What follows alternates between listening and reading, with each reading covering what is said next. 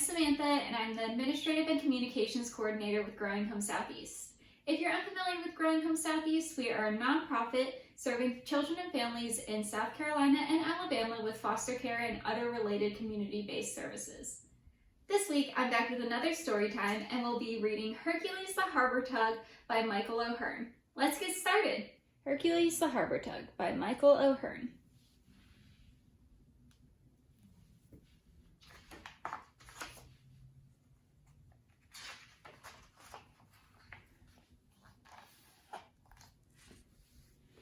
Noah and Tanika were playing when Noah's dad surprised them. My friend Lucy is a tugboat captain. She's asking if we want to go on the tugboat today. Noah and Tanika jumped up. Yes, we want to.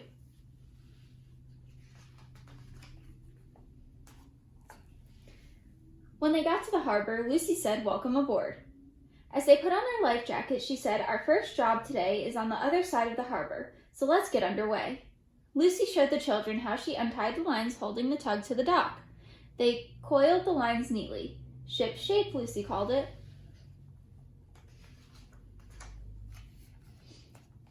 As she started the engine, Lucy told them about the tug. The tug was named Hercules, just like a very strong hero in an old story. Tugboats have strong engines so they can push big ships and tow heavy barges. All those tires on the sides are so we don't scrape or dent the ships. Hercules' big engine clanged out a rhythm as Lucy let Tanika and Noah take turns steering.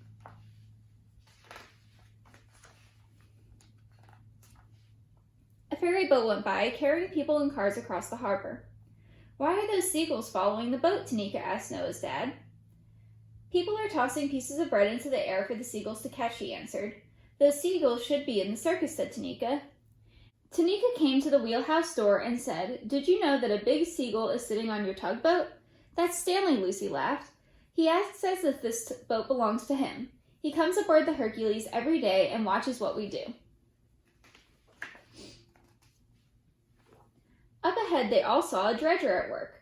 "Look," said Lucy, "it's digging mud out of the channel where the water has to be deep enough for big ships. The dredger sucks up mud from the bottom. Long hoses carry the gunk up to a tank on the dredger's deck. It's like a giant vacuum cleaner. When the tank is full, the dredger goes away from the channel and dumps its load of mud.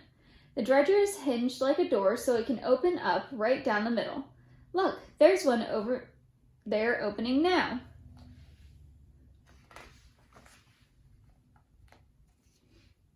They saw other tugboats at work as they chugged along. One big ocean-going tug was towing an empty barge. The barge was big enough to carry a huge load of cement or crushed stone, but since a barge has no engine, it needed a tug to pull it. As Hercules crossed the ship channel, Lucy said hello to the ocean-going tug by pulling a cord to toot Hercules' horn. It was the loudest thing Noah and Tanika had ever heard. "May we try it?" they asked. "Sure," Lucy said. She picked them up one at a time and let them blast the horn. The people on the big tug turned and waved.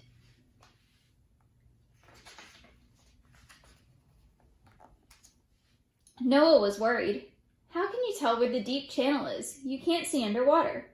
Lucy pointed ahead and said, "See those buoys? They show where the channel is. The Coast Guard puts the red buoys on the side of the channel, the green ones on the other."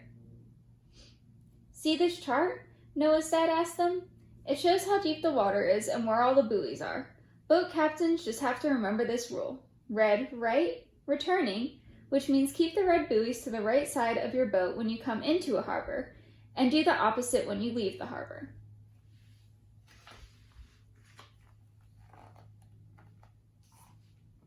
Tanika and Noah watched as tugboats got on each side of a big ship.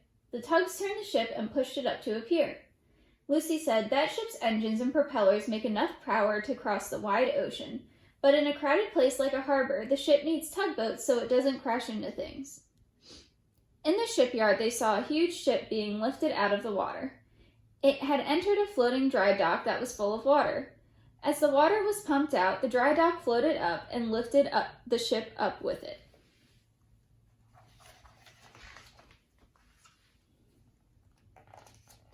"Now here's our job," said Lucy. She slowed the Hercules down and pointed to an old passenger boat that had sunk the night before. "A sunken ship! Maybe there's treasure aboard!" Noah exclaimed.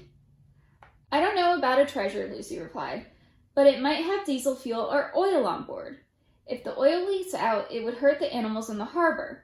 We are going to tow an oil boom around it to keep any leaking oil in one place so it can be cleaned up. Are there animals in the harbor? Tanika asked. Oh yes, lots of them, Lucy told her. There are seagulls like Stanley and fish and crabs and lobsters. You can see barnacles and mussels on the wharf pillings. And look over there. I see a seal poking his head up to see what we're doing. I know something else that lives in the harbor. Jellyfish, Noah said as he looked at the water splashing by. Don't lean over too far, Noah's dad warned. You might end up swimming with them.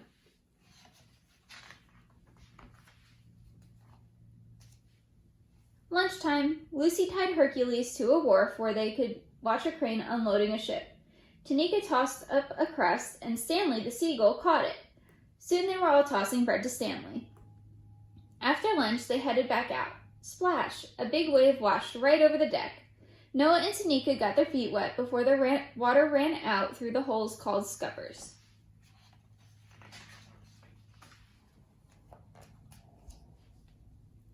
Their next job was to take a package of magazines and letters to a huge ship that was anchored out in the harbor, waiting for a place to dock.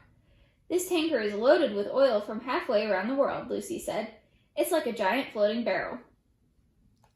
They came right up beside the tanker and saw a ladder reaching down almost to the water. The kids were invited to come on board to deliver the package of mail. The ship came from a faraway country, so the sailors spoke a different language. They smiled and shook hands. People everywhere understand a smile.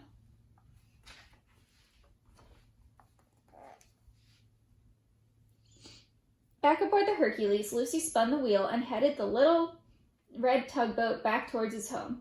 On the way, they passed the lighthouse. Lucy explained. The lighthouse warns of dangerous rocks by flashing a bright light every 30 seconds. Each lighthouse uses a different timing so sailors can tell which lighthouse they see and know where they are. Suddenly, the children saw fins racing through the water ahead of the tugboat. Are those sharks? Tanika asked a little nervously. No, they're porpoises, Lucy told her, and they're playing with the boat.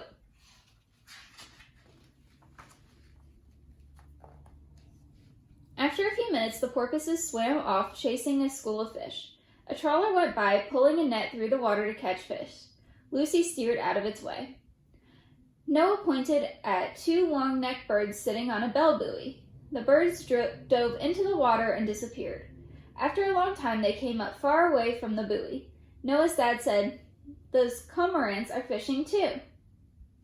It seems like everyone has a job to do out here, Tanika said.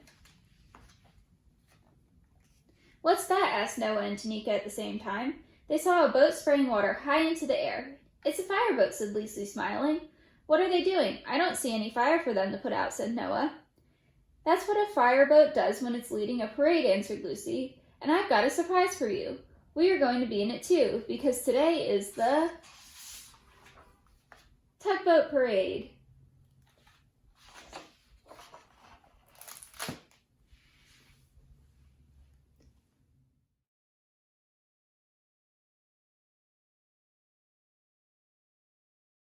What's one interesting fact that you learned about tugboats during the story?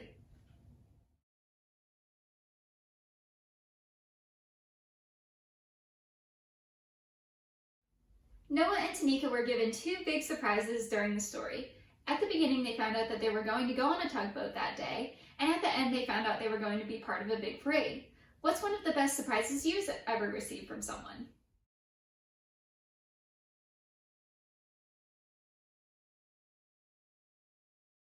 In the story, the children mentioned that everybody had a job that was out in the harbor.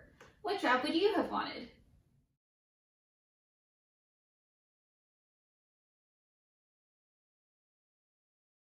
Thank you so much for joining us for Storytime this week. I'll see you next week. Bye!